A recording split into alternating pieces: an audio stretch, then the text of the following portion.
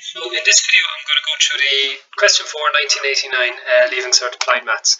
So I've already drawn out the diagram here, but in the question we have an 8 kilogram wedge which is on a smooth horizontal table. So smooth basically means it could potentially move. On one face, inclined at an angle of 30 degrees, we have a 4 kg particle, and on the other side, inclined at an angle of 60 degrees, we have a 6 kg particle. If both faces of the wedge are smooth, show on separate diagrams the forces acting on each mass. So what you could do now, if you haven't already tried this question, is pause it and try that bit of the question, because you'll actually get most of the marks for the diagram. And pause it, and then once you're ready, kind of replay it, and we'll go through it again, or I'll go through it.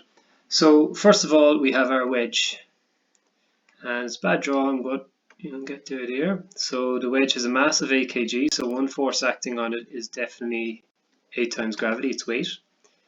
There is a 4 kg particle here, so that's going to exert a reactionary force on it. Let's call it R1. 6 kg particle here, that's going to exert another force. Let's call that R2. And I'm going to write in my angles here as well. And lastly, we're going to have a reaction force on the ground, so I just tend to call that R. Then we have R1 and R2. We could write in here as well what's actually happening. So if we go back up here, we have to try and predict which way is this wedge going to slide. Is it going to slide to the left or to the right? Now, because we have a 6 kg mass here, I'm going to assume it's going to slide to the left. Okay, but it doesn't matter if you make the wrong assumption. And let's give it the letter F for acceleration, because I can use A and B here. This will slide down with an acceleration A. This will slide down with an acceleration B. So we're assuming then that R2 is bigger than R1, or the horizontal component of R2 is bigger than R1. But anyway, that's the forces for that one.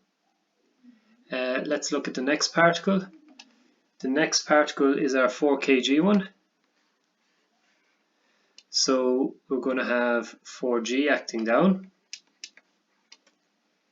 This angle here is 30 degrees. So our component perpendicular to the plane will be 4g cos 30. And this will be 4g sine 30. So I'm going through this fairly quickly, because you should know how to do this now. And lastly, we have R1 here. Now, there's no friction on that surface.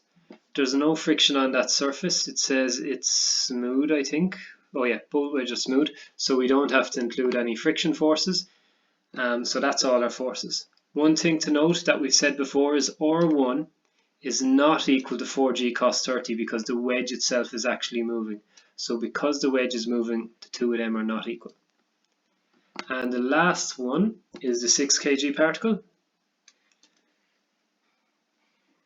So again, we'll have 6g down, and if we get our components perpendicular and horizontal to the plane, this angle is going to be 60 degrees in this instance. So this will be 6g cos 60, and this will be 6g sine 60, and we're going to have a reaction force R2 there. And that's all the forces there.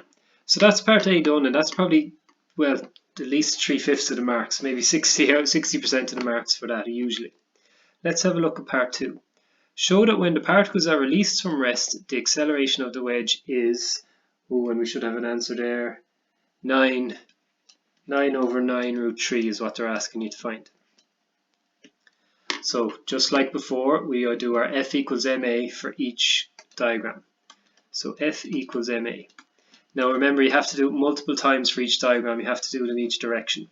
So the direction that this particle is moving is the horizontal direction. And we think that it's going to move to the left.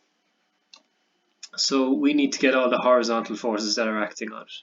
Well, the 8g force isn't horizontal, the R force isn't horizontal, but R1 and R2 will have horizontal components.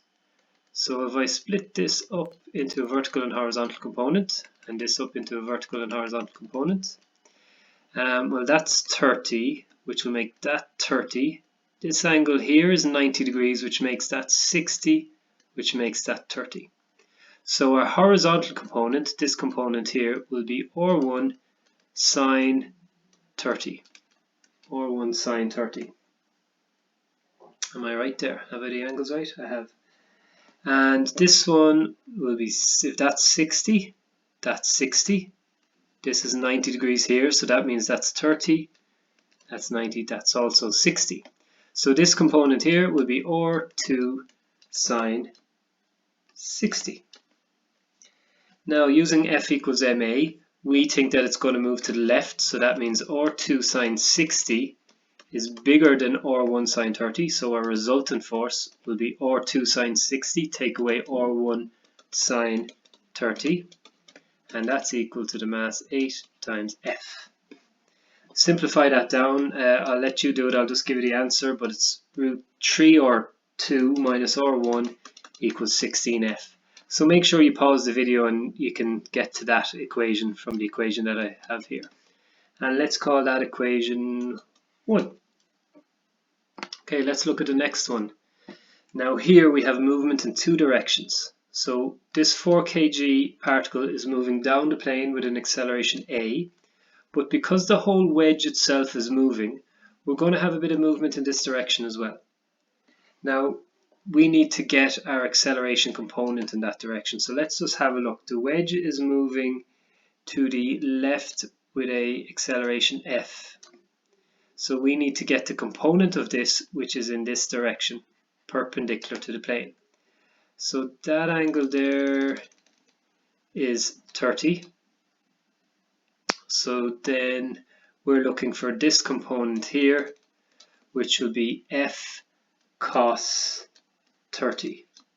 F cos 30. Yeah. And you can see because that f is moving to the left, it's obviously going to be made up of vectors like this, head to tail. So this vector, our f cos 30, is actually in the same direction as a. In this case, it's in the same direction as a, because if we have one arrow going to the left and we're splitting it into 2 components, well, their directions must be like this. So that's that one. And this component then will be f sine 30. So when we get our F equals ma equations, let's get our first one in this direction, so parallel to the plane. So we've only one force in that direction acting on the particle, and that's 4g sine 30, so that's our force, equals the mass, which is 4, times the acceleration. Now there's 2 accelerations. You've a plus f cos 30. So that equation becomes 4g sine 30 equals 4a plus 4f cos 30. Now let's look at the forces and accelerations in this direction, perpendicular to the plane.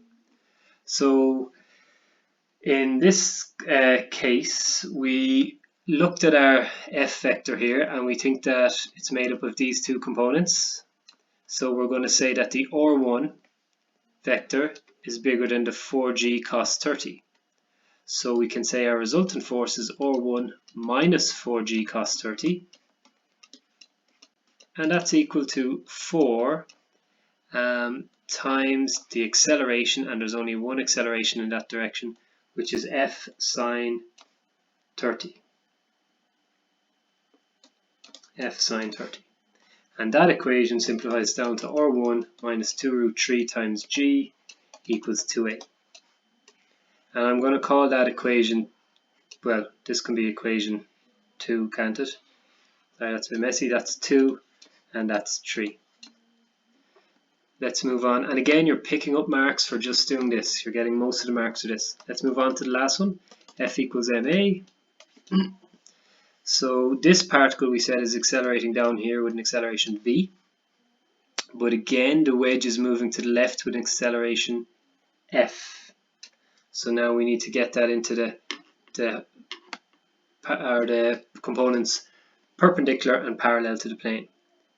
So we have this angle here is 60 in this case. That's our parallel component, and this will be our perpendicular. So this will be f cos 60, and this will be f sine 60. Okay, so let's do the parallel component first. there's only one force acting in this direction, and that's 6g sine 60.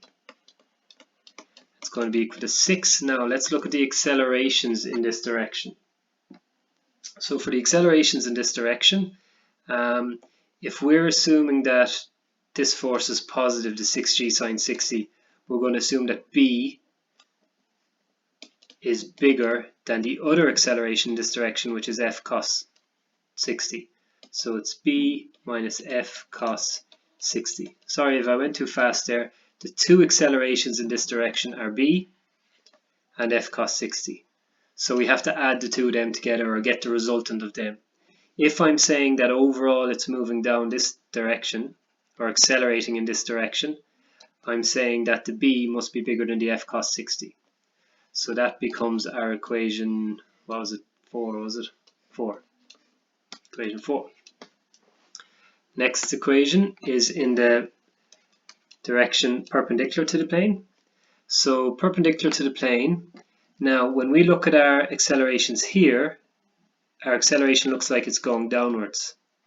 So that implies that the two forces which are in that direction, 6g cos 60 and R2, it implies that the 6g cos 60 is bigger. So for our resultant force, it will be 6g cos 60 minus R2 equals 6 times f sine 60. 6 times f sine 60. And that's going to be equation 5. Actually, sorry, we'll rewrite that, or you can check it. 3g minus R2 equals 3 root 3 times f. And that's equation 5. Now, usually what you do is you write out all your 5 equations before, or here at the end, but I'm running short on time because the video won't upload on YouTube if I don't shorten it. So I'm going to tell you that the 3 equations you're going to use are equation 1, which was, what was equation 1? It was root 3 R2 minus R1 equals 16f. Equation 3 is the next one you're going to use, which was R1 minus 2 root 3g equals 2a. And equation 5, which was the last one, which was 3g minus R2 equals 3 root 3 times f. Now, to solve it, it's very similar to the last question we did, and they'll always be fairly similar. If you look at this top equation, equation 1, we have 3 variables, R2, R1, and f. And in these two equations, we only actually have, we have 2 variables. We have, hang on, where did that a come from? That should be f, shouldn't it? Sorry. We have R1, g, and f, so R1 and f, and here we have R2 and f. So the easiest way to do this is to rewrite this equation to give us an expression for R1. So R1 should equal 2f plus 2 root 3g. R2 would equal 3g minus 3 root 3f. So now we have an expression for R1 and for R2, and what you simply do is you sub them in there. So sub R1 in place of that, and sub R2 in place of that. And I'll let you do it because I'm out of time, but let me know if you have any problems. You should get an answer. F equals root 3g over 27, and that can actually be rewritten as 9 over 9, sorry, not 9, g over 9 root 3. So make sure you know how to get from there to there as well. That's important. It's got to do with the fact that root 3 over 27 would be the same as root 3, oh, the pen starts to go at the end of these videos, over 9 times 3. Sorry, that's really messy, but that's 27. So see how I can, what's the next step then to get to here?